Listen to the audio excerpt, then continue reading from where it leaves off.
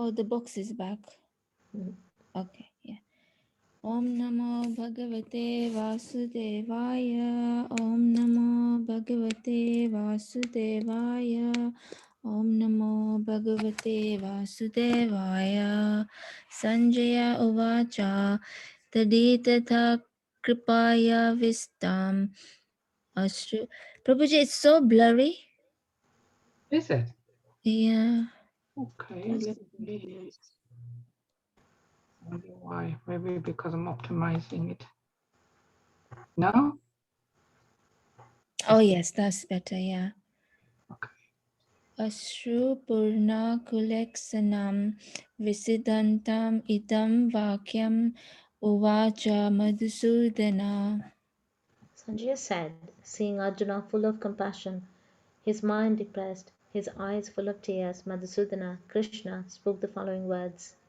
Shri Bhagavan uvacha kutastava kasmalam idam visame samupastitam anarya justam asvargyam akirtikaram Arjuna. The Supreme Personality of Godhead said, my dear Arjuna, how have these impurities come upon you? They are not at all benefiting a man who knows the value of life. They lead not to higher planets but to infamy. 2.3 त्रैव्यमास्म गमा पार्थ नैतत्त्वया उपापद्यते क्षुद्रं हृदय दौर्बल्यं त्यक्त्वोत्तिष्ठ परन्तप. O son of Pratha, do not yield to this degrading impotence. Oh God. It does not become you. Give up such petty weaknesses of heart and arise, O chastiser of the enemy. Arjuna uvacha katham bhismam aham sankhye dronam cha madhusudana asubri pratiyostam pujarhav arisudana. Arjuna said, O killer of enemies, O killer of Madhu, how can I count? Oh God, sorry, my glasses are making me difficult. How can I counteract with arrows in battle? Thank you, Prabhu. Battle men like Bhishma and Drona, who are worthy of my worship. Thank you. 2.5 Gurun ahatva hi mahanubhavan shreyo bhoktum bhaiksyam api haloke hatravta kamamstu gurun haiva bhunjya bhogam rudhira pradigrahan.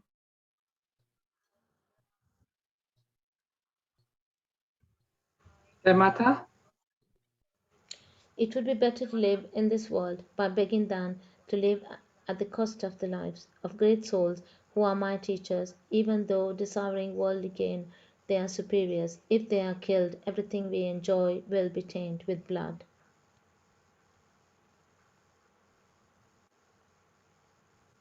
2.6 Na chaitad vidma kataran no gariyo yadva yajema Yajema Yadinavo Yajayehu Yan Eva Hatvana Jivi Vismasas Devastita Pramukhe Dhritarashtraraha. Nor do we know which is better, conquering them or being conquered by them. If we killed the son of the Dhritarashtra, we should not care to live. Yet they are now standing before us on the battlefield. 2.7 Karpanya Doso Pahata Swabhaha Prichami Tvam Dharma Samuda Chetaha Yaj Shreyasya Nishchitam Prahitan Me Sesyasteham Sadhimam Tvam Paranam. Now I am confused about my duty and have lost all composure because of mass weakness. In this condition, I am asking you to tell me for certain what is best for me. Now I am your disciple and a soul surrendered unto you. Please instruct me.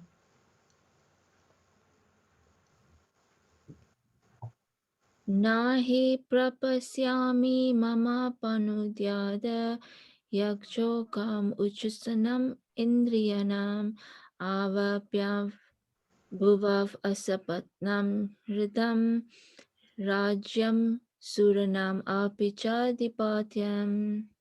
I can find no means to drive away this grief which is drying up my senses. I will not be able to dispel it, even if I win a prosperous, unrivaled kingdom on earth with sovereignty like demigods in heaven. 2.9 Sanjaya Uvacha Evam Uktvam Rishikesham Kudakesaha Paratapa Nayotsna iti Govindam Uktva Tusnim Bahuvaha. Sanjay said, having spoken thus, Arjuna, chastiser of enemies, told Krishna, Govinda, I shall not fight, and fell silent. 2.10 Tam Uvacha Rishikesa Prahasan Iva Bharata Senayor Ubyor Madhye Visidantam Idam Vachaha. O descendant of Bharata, at that time Krishna, smiling in the midst of both the armies, spoke the following words to the grief-stricken Arjuna.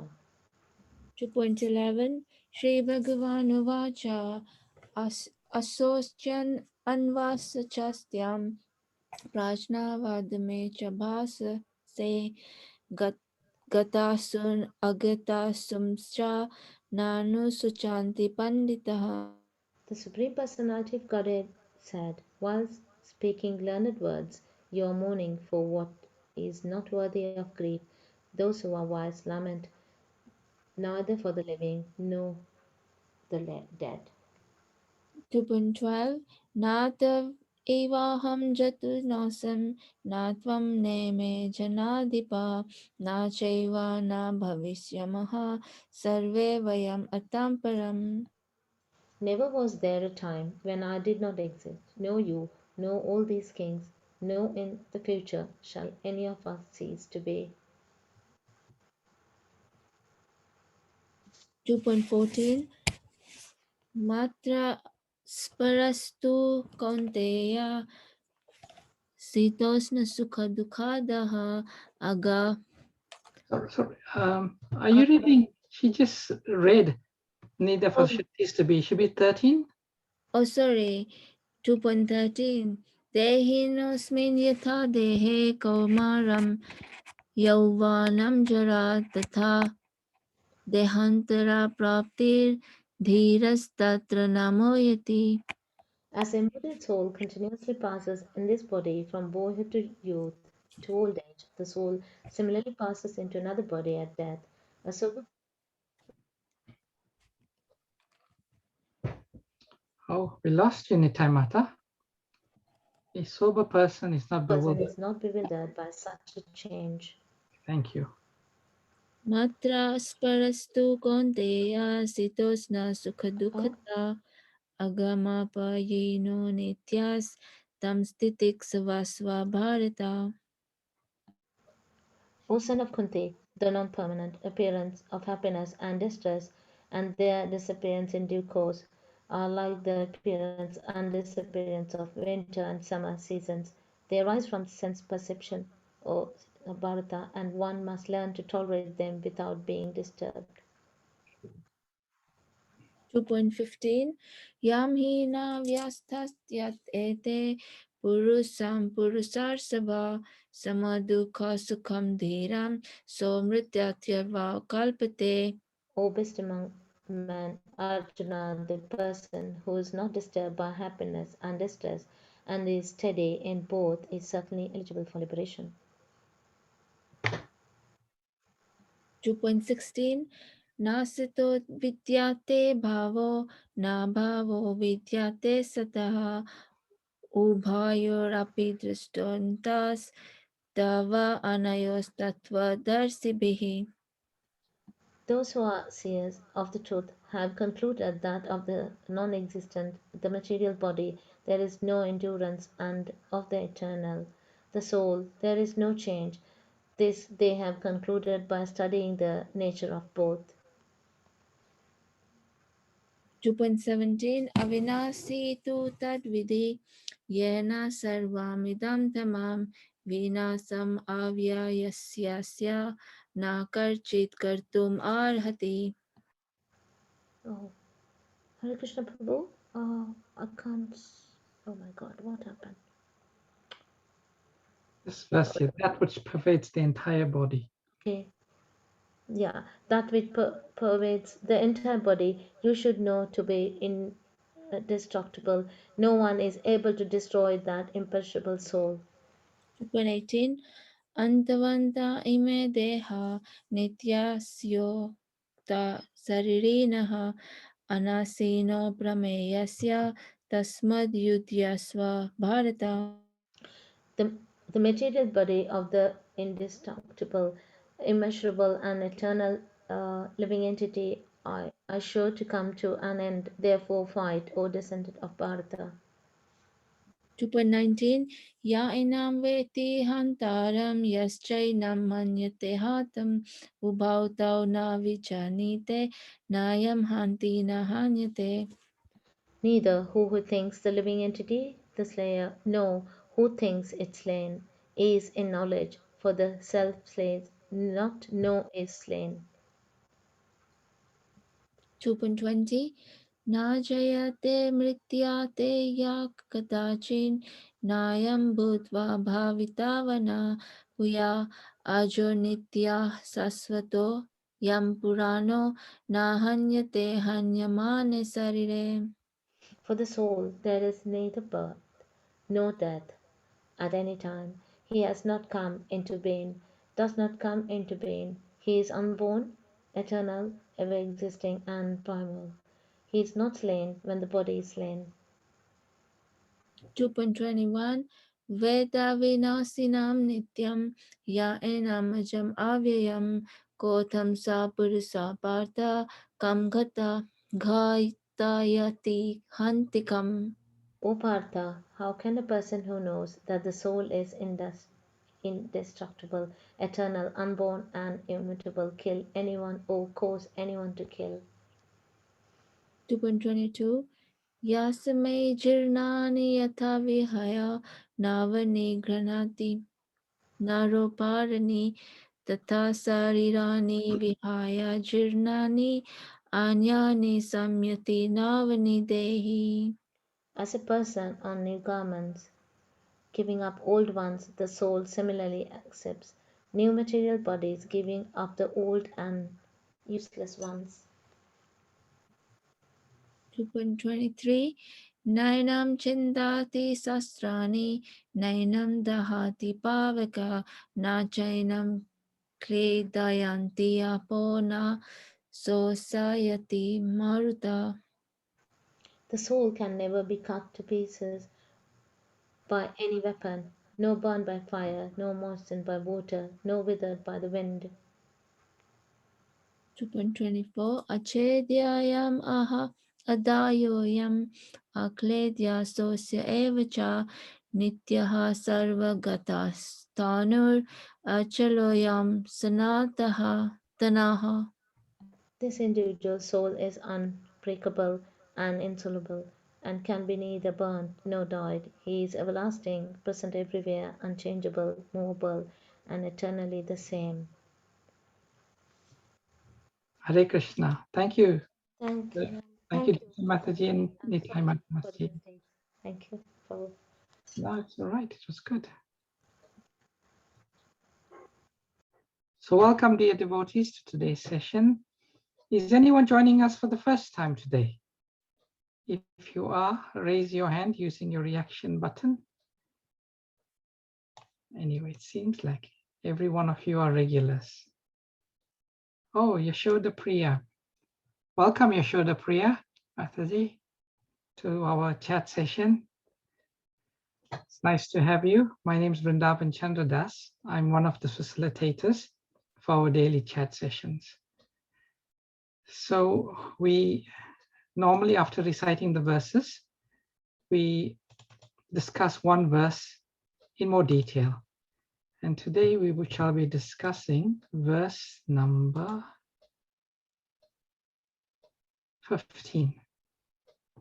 So before we do that, we will recite the Mangala Charanam prayers to invoke auspiciousness for our learning and discussion today. So please, you can also follow behind muted mics. Om Gyanatimirandasya Gyananjana Shalakaya Chakshurunmalitam Jena Tasmai Shri Gurave Namaha Sri Chaitanya Manobhistam Stapitam Jena Bhutale Swayam Rupa Kadamayam Dadati Swapadantikam Vandeham Shri Guru Shri Yatha Padakamalam Shri Gurun Vaishnavam Sya Shri Rupam Sagrajatam Sagana Raghunatham Vitam Tam Sajivam Sadvaitam Savadutam Parijana Sahitam Krishna Chaitanya Devam Shri Radha Krishna Padhan Sahagana Lalita Shri Vishakam Vitamscha Vanchakalpa Turubhyascha Kripa Sindhubhyevacha Patitanam Pavanebhyo Vaishnavebhyo Namo Namaha Jai Shri Krishna Chaitanya Prabhu Nityananda Shri Advaita Gadadhara Shivashadi Gaura Bhakta Vrinda Hare Krishna Krishna Krishna Hare Hare Hare Rama Rama Rama Hare Hare Namo Vishnupadaya Krishna Prashtaya Bhutale Shrimate Bhaktivedanta Swaminiti Namine Namaste Saraswati Deve Gauravani Pracharine Nirvishesha Shunyavadi Paschatya Deshatadine Srila Prabhupada Ki Jai. So we continue to discuss chapter 2, contents of the Gita summarized. So we are now currently in the section which runs from text number 12 all the way to text number 30. And Arjuna had surrendered to Krishna as a disciple, no longer a friend, and requested Krishna to instruct him. And the Lord now speaks transcendental knowledge to take Arjuna out of the sense of material compassion he's feeling, which is become the cause of great distress and sorrow to Arjuna. So the verse that we're going to discuss today is a very powerful and relevant instruction from the Lord, or knowledge the Lord is giving us. And so let us discuss this for all of our benefit. Yamina vyata yanti ete purusham purusha sharsabha samadukha shukam dhiram somritam vaya kalpate. Word for word synonyms. Yam, one to whom, he, certainly. Na, never. Vyatayanti, a distressing. Ete, all these. Purusham, to a person. Purusha Rishabha, O best among men. Sama, unaltered. Dukkha, in distress. Shukam, and happiness. Dhiram, patient. Saha, he. Amritat vyaya, for liberation. Kalpate, is considered illegible. O best among men, Arjun, the person who is not disturbed by happiness and distress and is steady in both is certainly eligible for liberation. Purport by Srila Prabhupada. anyone who is steady in his determination for the advanced stage of spiritual realization and can equally tolerate the onslaughts of distress and happiness is certainly a person eligible for liberation. In the Van Ashram institution, the fourth stage of life, namely the renounced order, is a painstaking situation. But one who is serious about making his life perfect surely adopts the sannyas order of life in spite of all difficulties. The difficulties usually arise from having to sever family relationships, to give up the connection of wife and children. But if anyone is able to tolerate such difficulties, surely his path to spiritual realization is complete. Similarly, in Arjuna's discharge of duties as a Kshatriya, he is advised to persevere, even if it is difficult to fight with his family members or similarly beloved persons. Lord Chaitanya took sannyas at the age of 24, and his dependents, young wife as well as old mother, had no one else to look after them. Yet for a higher cause, he took sannyas and was steady in the discharge of higher duties. That is the way of achieving liberation from material bondage. So the verse again, O best among men, Arjuna, the person who is not disturbed by happiness and distress, and is steady in both, is certainly eligible for liberation. So this is a very compelling reason the Lord is giving Arjuna to give up his sense of distress. And what is the Lord instructing Arjuna? Do not be disturbed by happiness and distress, and be steady in both. And in such a state, we will achieve liberation. So there are many very interesting and pertinent words in this verse. The first interesting instruction here is all of us will probably, if someone says, don't be disturbed by distress, we can say, yes, that's fine. It's difficult, but we will have to contend with it. But Krishna says here, also do not be disturbed by happiness. Actually, for many people, the disturbance by happiness is more detrimental to their spiritual life than the disturbance that comes from distress.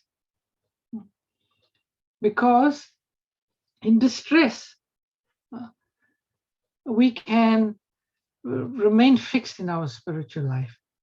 As Queen Kunti says in the Bhagavatam, the first canto, she prays for more and more distress, which is unusual.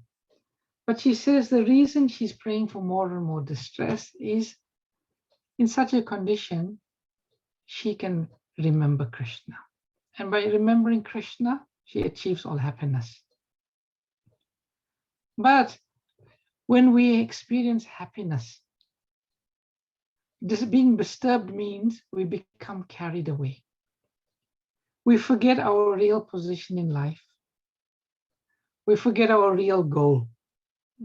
And we get swept away by what the acharyas and the scriptures say is a false sense of happiness.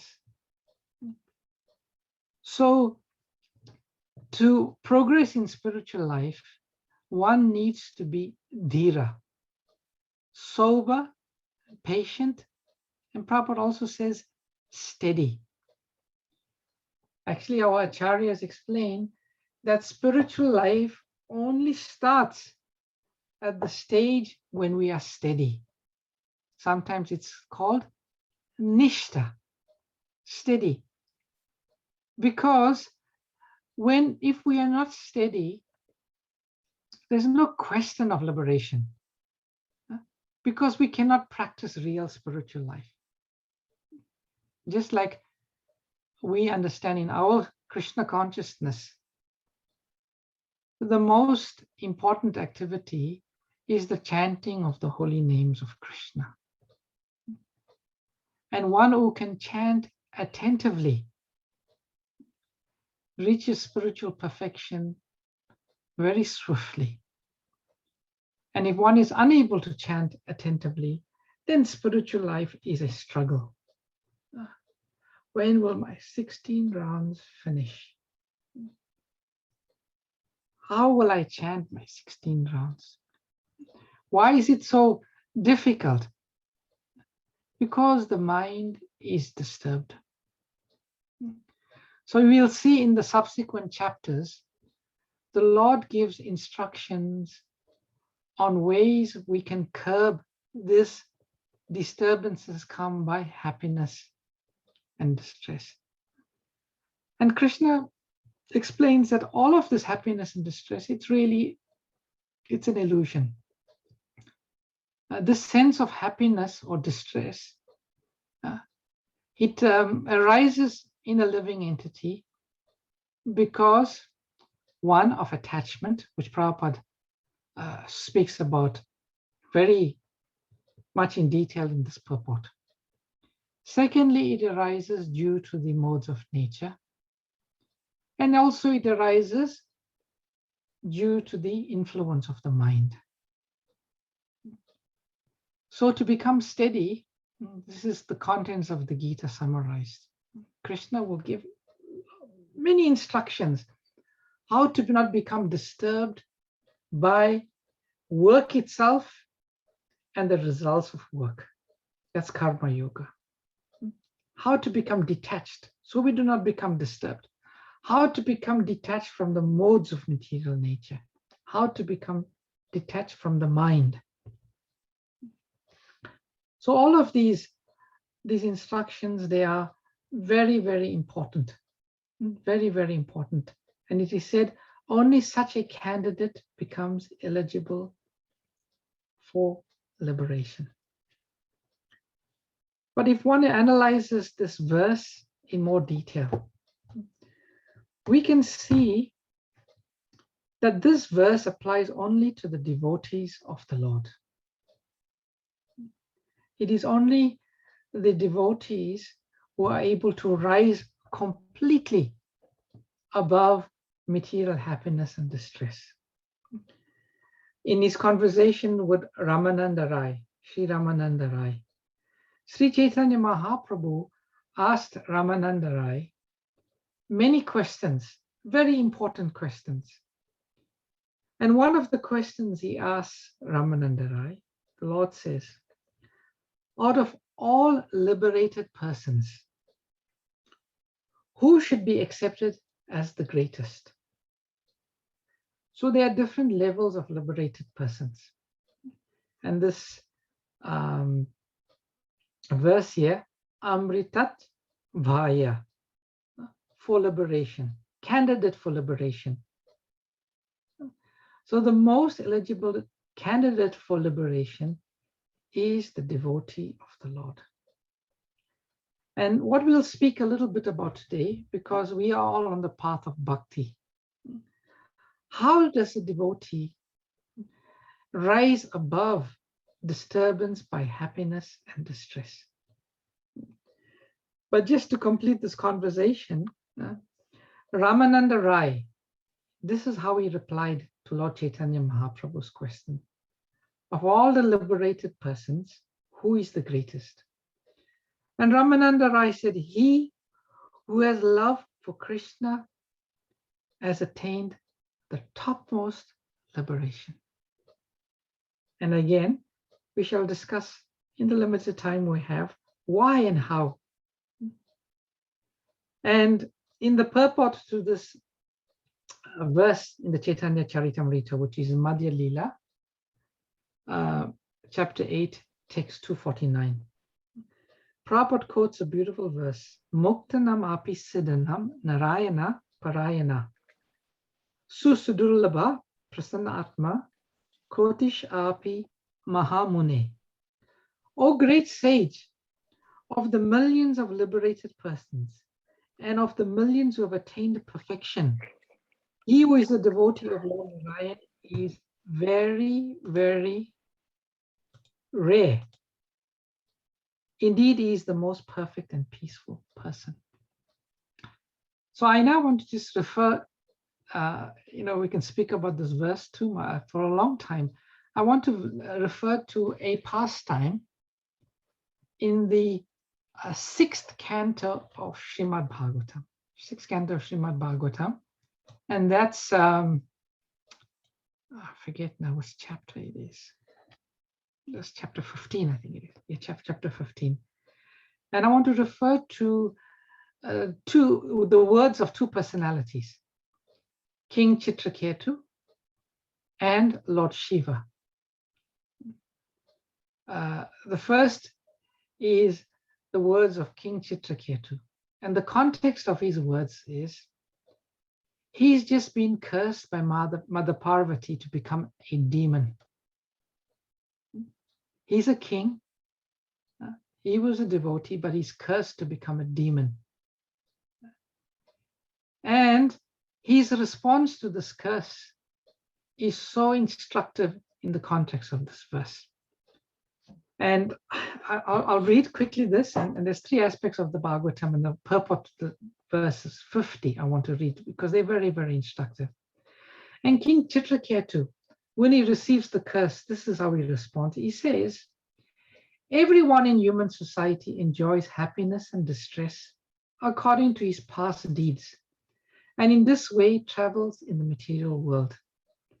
Therefore, no one is responsible for his happiness and distress. One is controlled by the influence of material nature in the material world. Yet, one thinks himself the doer of everything. In this material world, which is made of the external energy of the Supreme Lord, one is sometimes cursed, that's distress, and sometimes favored, which is happiness. And thus he sometimes enjoys in the upper planetary systems and sometimes suffers in the lower planets. But all these situations are the same because they are within the material world. None of these positions has any factual existence, for all of them are temporary.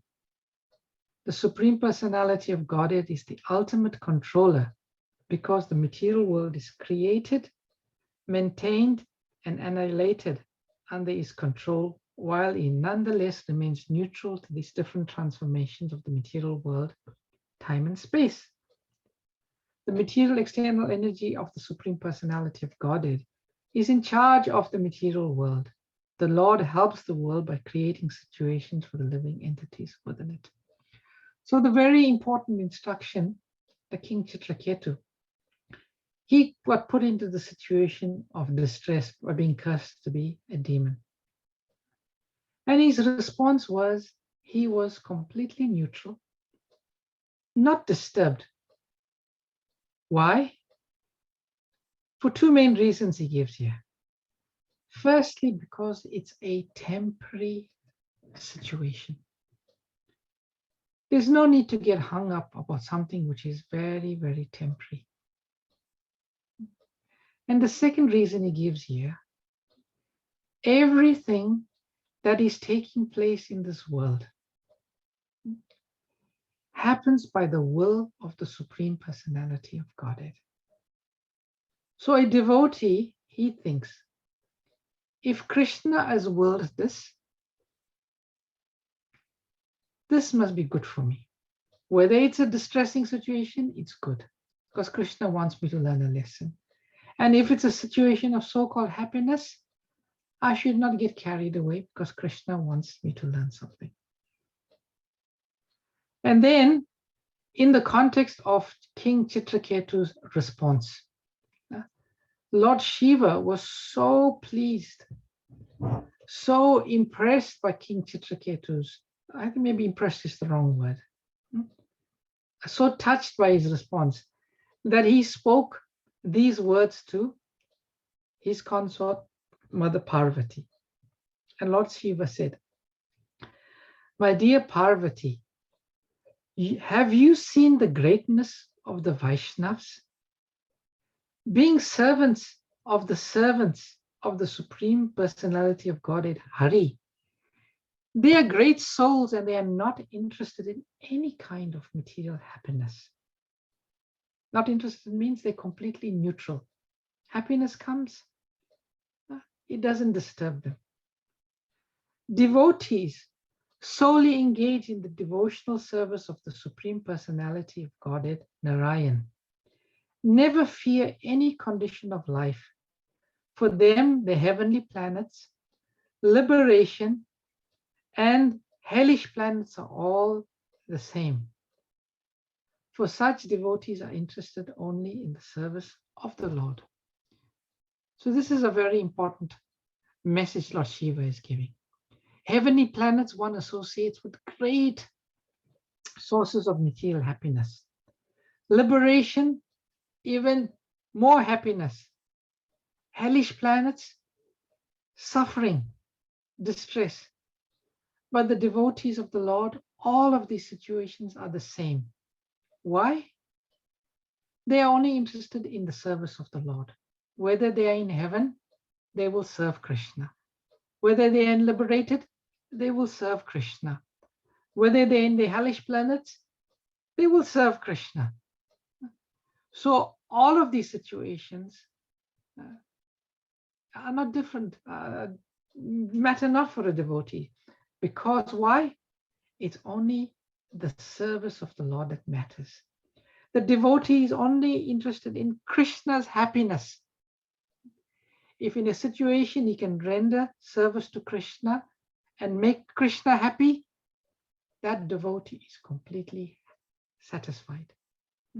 And if they are in a situation where it's very so-called happy, opulent, or distressing, and if they can't serve Krishna, then that situation is worthless. So it's a very, very important, it's a subtle point, but very important point. The devotee's happiness comes not from material distress, from material happiness, and a devotee's distress does not come from a material distress, because a devotee is only focused on how to make Krishna happy. And by making Krishna happy, he's happy. Because of the actions of the Supreme Lord's external energy, the living entities are conditioned in contact with material bodies. The dualities of happiness and distress, birth and death, curses and favors are natural byproducts of this contact in the material world. Next, number 30, and this is the purport I'll just read and I'll conclude with that today. As one mistakenly considers a flower garland to be a snake, or experiences happiness and distress in a dream, so in the material world, by a lack of careful consideration, we differentiate between happiness and distress, considering one good and the other bad. So this is very important. We differentiate between happiness and distress, considering one good and bad, one good and the other bad. And I'll read the purport. It explains why the devotees engaged in devotional service to Lord Vasudeva Krishna have naturally perfect knowledge and detachment from this material world.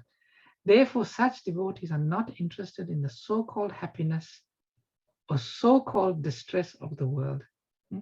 Prabhupada very interestingly uses the word so-called. So-called happiness, so-called distress, because it's never a reality. So let me read the purport to this beautiful verse. I want to, let me share. It's very instructive. Oh no, what happened here? You should be able to see that. So this is the verse I just read.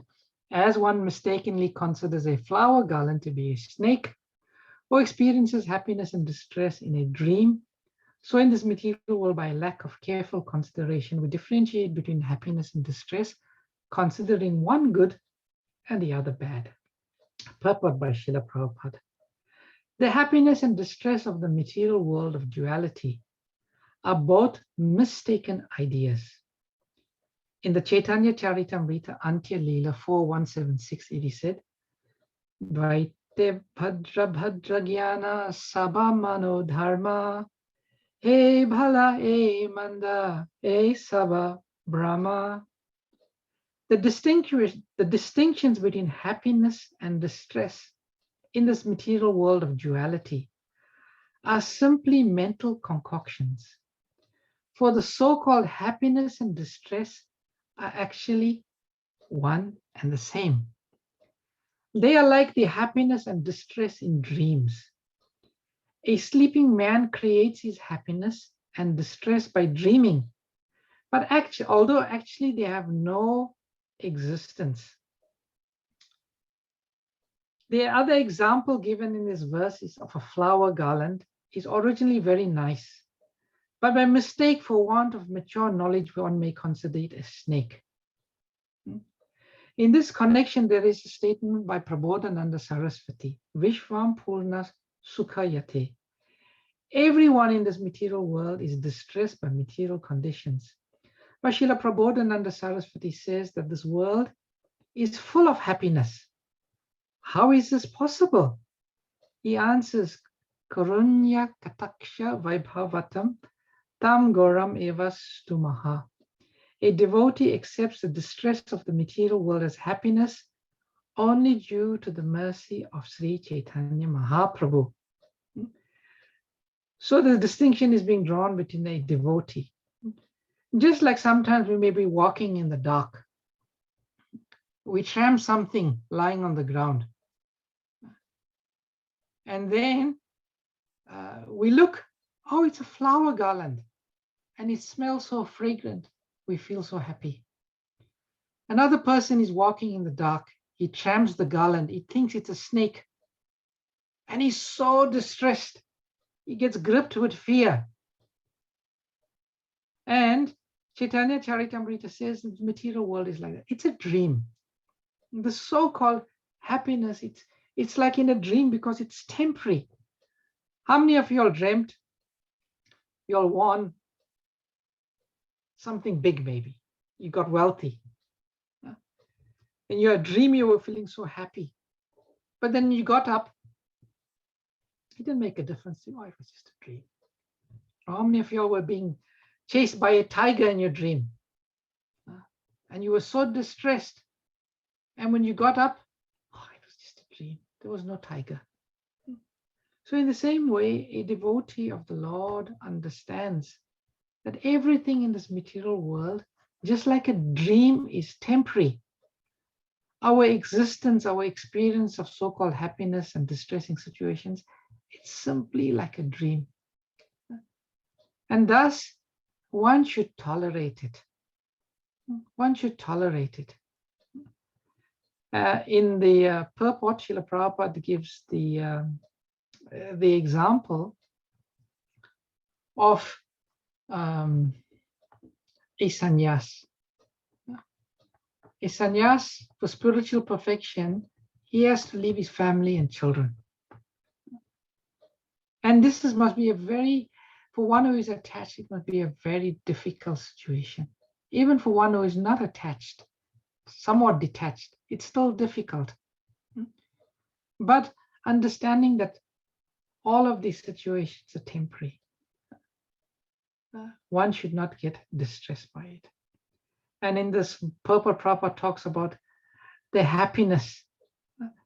It does not mean that a devotee resigns himself to a situation where he doesn't feel distress, he doesn't feel happiness, he becomes like a zombie. No. What we are talking about here is the so-called sense of happiness that arises from association with matter, association with the material modes of nature, and association with the mind. There is another form of happiness. That's the genuine happiness of the soul. And a devotee embraces such happiness. And Prabodhananda Saraswati says, this is the causeless mercy of Sri Chaitanya Mahaprabhu. And this happiness comes from the spiritual platform, not from the material platform. And Prabhupada concludes the purport by saying, in dreams we sometimes enjoy eating sweet rice and sometimes suffer as if one of our beloved family members has died. Because the same mind and body exist in the same material world of duality. When we are awake, the so-called happiness and distress of this world are no better than the false superficial happiness of dreams. The mind is the via medium in both dreams and wakefulness, and everything created by the mind in terms of sankalpa and vikalpa, acceptance and rejection, is called manodharma, or mental concoction. So, we may think that this stage of being not disturbed about happiness and distress, it's a very advanced stage that maybe we can't attain. No, this is our natural position. And when we are Krishna conscious, fully Krishna conscious, this is how we will feel, and then we will not be disturbed. We'll be automatically on the liberated platform. So I spoke a lot. Any questions, comments, or reflections that anyone has? Okay, there are some questions that have come through. So Puja Mataji has written, Prabhuji, if one is in hellish planets, would it still be in a human form? Unless in human form, how can one remember Krishna?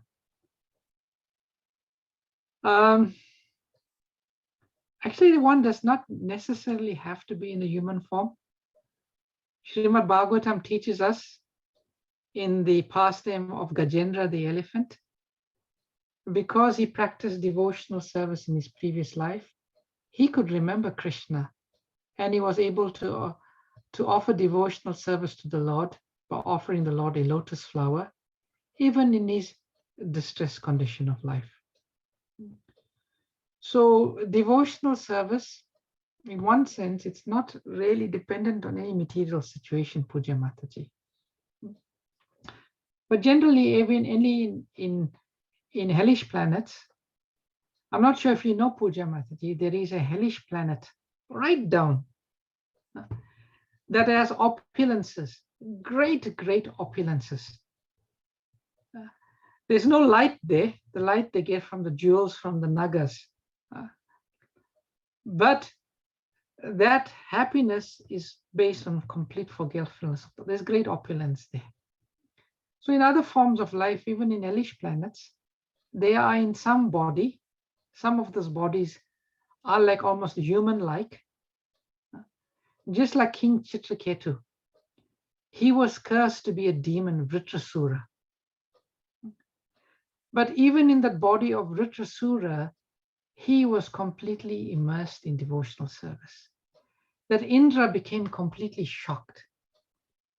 How is it this demon is speaking with such authority about devotional service, about transcendental knowledge?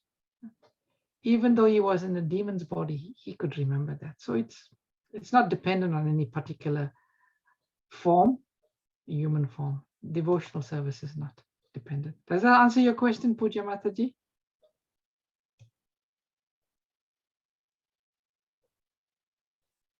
Okay.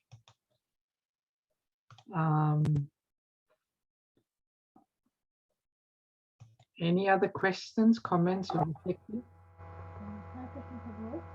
Can I ask another? Oh, sorry. Puja Mataji, let Nitai Mata ask first. Yes, okay. Yes, Nitai Mata. Yes. This sannyas order, Is that referring to our consciousness? Your sound is very poor. I can hardly hear you, Nitamata. Is this Yes. is the consciousness? If it says sannyas order, of course I understand the fourth stage renounce order sannyasa, but uh, even otherwise, is that referring to our consciousness? Yes.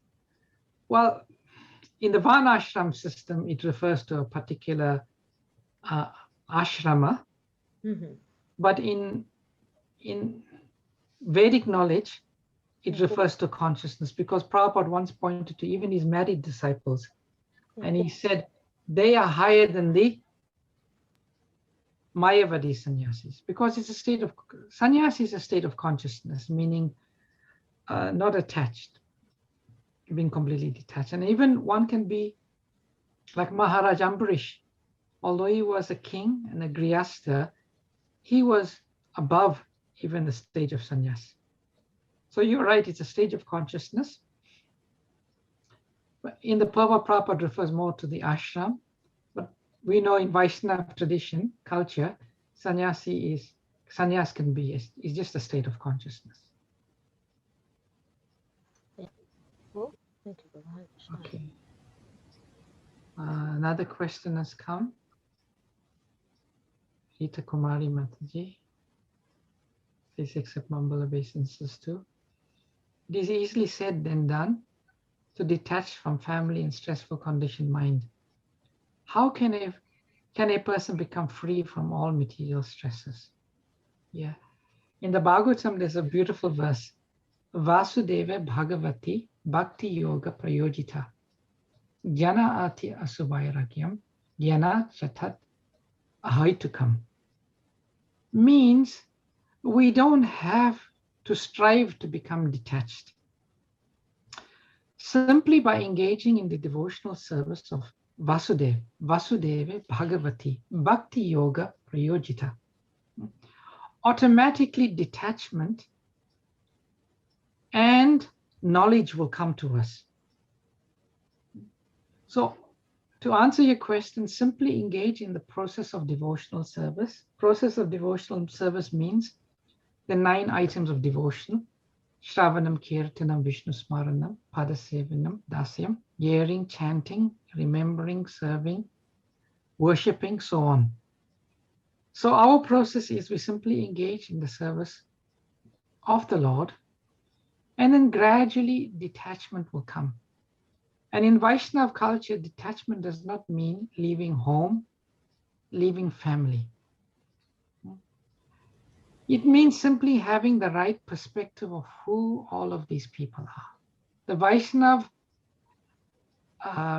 realization of detachment is not giving up. Vaishnavism means engaging everything in the service of the Lord. And as Nitai Mata was saying, this is a state of consciousness. It's not some external arrangement or external situation of wearing saffron or anything. It's a very much an internal state of consciousness. And this all comes automatically just by engaging in devotional service, especially chanting the Hare Krishna Mahamantra, especially that, and hearing Krishna Katha. So that is the process given by the Vaishnavacharyas.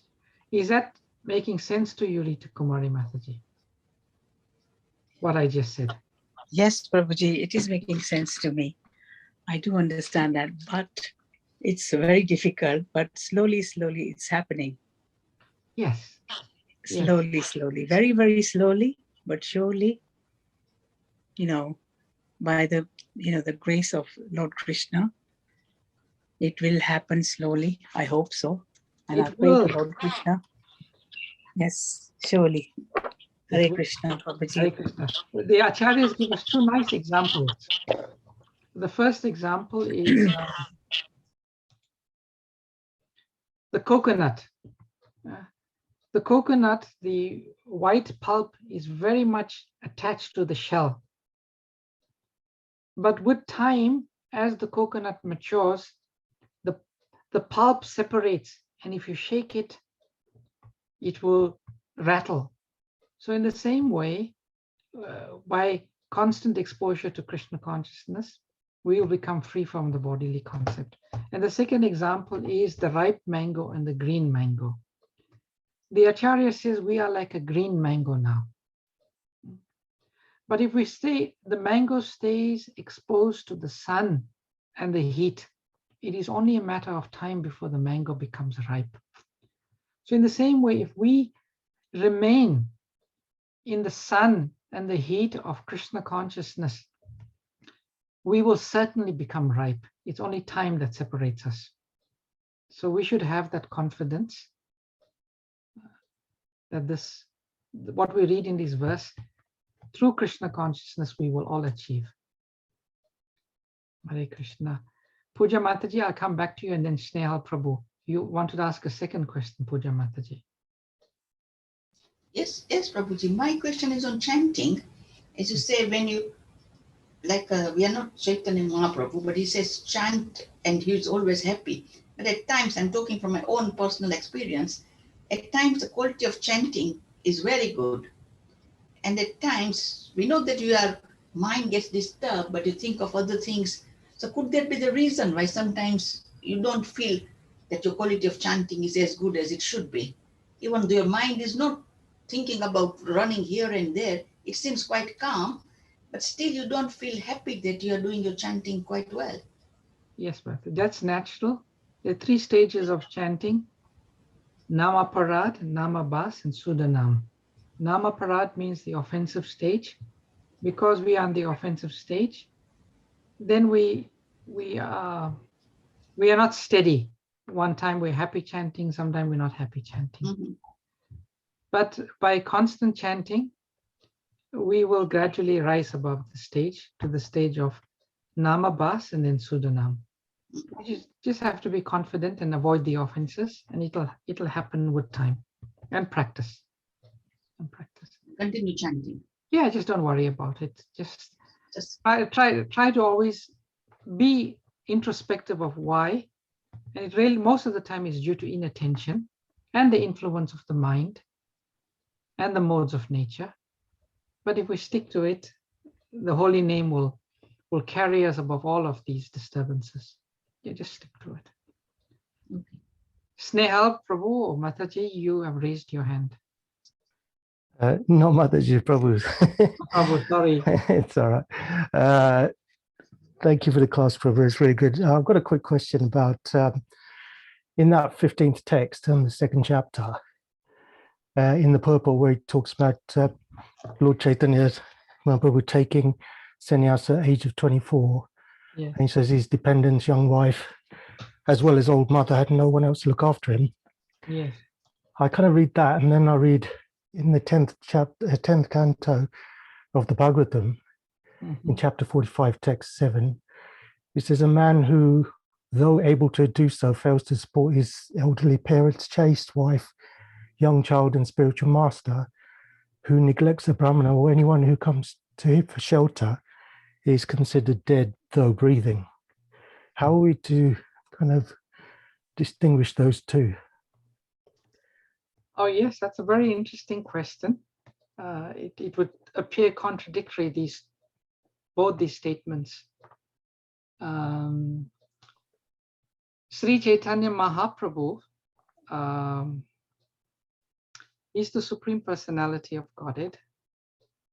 He came with a mission and a purpose of life. So in one sense, if we understand the pastimes of Sri Chaitanya Mahaprabhu, he didn't actually forsake that situation. Externally, it appeared like that, but internally, it was different. But just come back to the real answer. There is two types of dharma. There is, for want of a better word, ordinary dharma.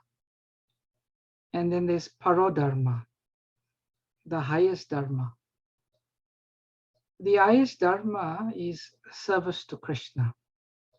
You know, there is dharma in terms of, service to family, service to nation, service to society. every one of us, we have so many obligations, so many dharmas that we have to fulfill. And all of them are important. But the highest dharma is service to Krishna. And the main point being here, it's not the external act of giving up. It is basically the consciousness. Therefore, the Vaishnava culture, does Sri Chaitanya Mahaprabhu, he gave the instruction to Raghunath Das Goswami and both to the Kurma Brahmana. He said, there's no need for you to leave home. There's no need for you to leave family. You simply have in your situation, you practice Krishna consciousness and you perfect your life. That was the general instruction for the mass of people. But then there's also the specific instruction of service to the Supreme Personality of Godhead and service to the spiritual master. So we see those two instructions are not necessarily being in contradiction. The ultimate purpose is Dharma, and there are different levels of Dharma. So, and this does not necessarily apply to all people. Sri Chaitanya Mahaprabhu's general instruction was that we should remain in whatever situation and practice Krishna consciousness. But for the preachers, it was slightly different. I'm not sure if that answers your question, Snell. It is. Yeah, no, it does actually. It's so I was hoping to hear that because it's just to distinguish that the instructions, those instructions are for at different levels and for different people in different circumstances. Yes. Okay, great. Thank you very much for that. But ultimately, every one of us, by the time of death, we should be on a state of consciousness that we understand that everything in this material world is temporary. This short duration of life is just like a dream. And we should not have any hang-ups about it. And we should not really feel, great sense of distress or unhappiness at having to leave, our family members or not. That's the stage we all have to come through. Emma Mataji has made a comment here, reflecting on our parampara. Srila Bhaktivinoda Thakur stayed in Grihastha ashram all his life. Srila Bhaktisiddhanta was sannyasi all his life. Chaitanya Mahaprabhu left wife and mother for higher purpose. All of them attained perfection of life. Very true, Emma Mataji. Nicely expressed. Okay. Any other questions, comments, or reflections? A reflection is neither a question or comment. It is just something that you take away from what we've discussed today. And if any of you feel that you're taking away something particularly powerful or instructive, please feel free to share it. Can I share a reflection, Prabhu? Yes, Prabhu, sure. Thank you for a wonderful session. As usual, it is so inspiring and, as a lot of participants said, thought-provoking. And I think a couple of things. Yes, we are in a family situation, grahastha, and I think it has been said by the acharyas and devotees that you are in a particular situation by the grace of the Lord. So your wife, your husband, your children, all those are atmas who have come to help you in some way. So if you practice your Krishna consciousness with a view that these are children of God who have been given to me, and somehow or other I will try my best to practice Krishna consciousness in such a way that they too at some point will be inspired to do the same. And the other thing is that while we are practicing Krishna consciousness and chanting our rounds with care and attention, the Maha Mantra is so powerful. I mean, I still am amazed that when Prabhupada went to America, two things worked wonders, the Maha Mantra and the Mahaprasad. So we have to rely on that. Mahamantra is sufficient to take us back to the spiritual world. So even if we can't complete that journey in this life, we should not worry. The credit will go into the next life and we'll be in a better situation to progress much faster. So there is only hope. There is no distress. That is why Prabhupada has given us this easy process. And we are so fortunate. Thank you so much, Prabhu, for your wonderful efforts. Thank you. You just remind me of one verse in Nectar of Devotion where Srila Rupa Goswami says something quite amazing.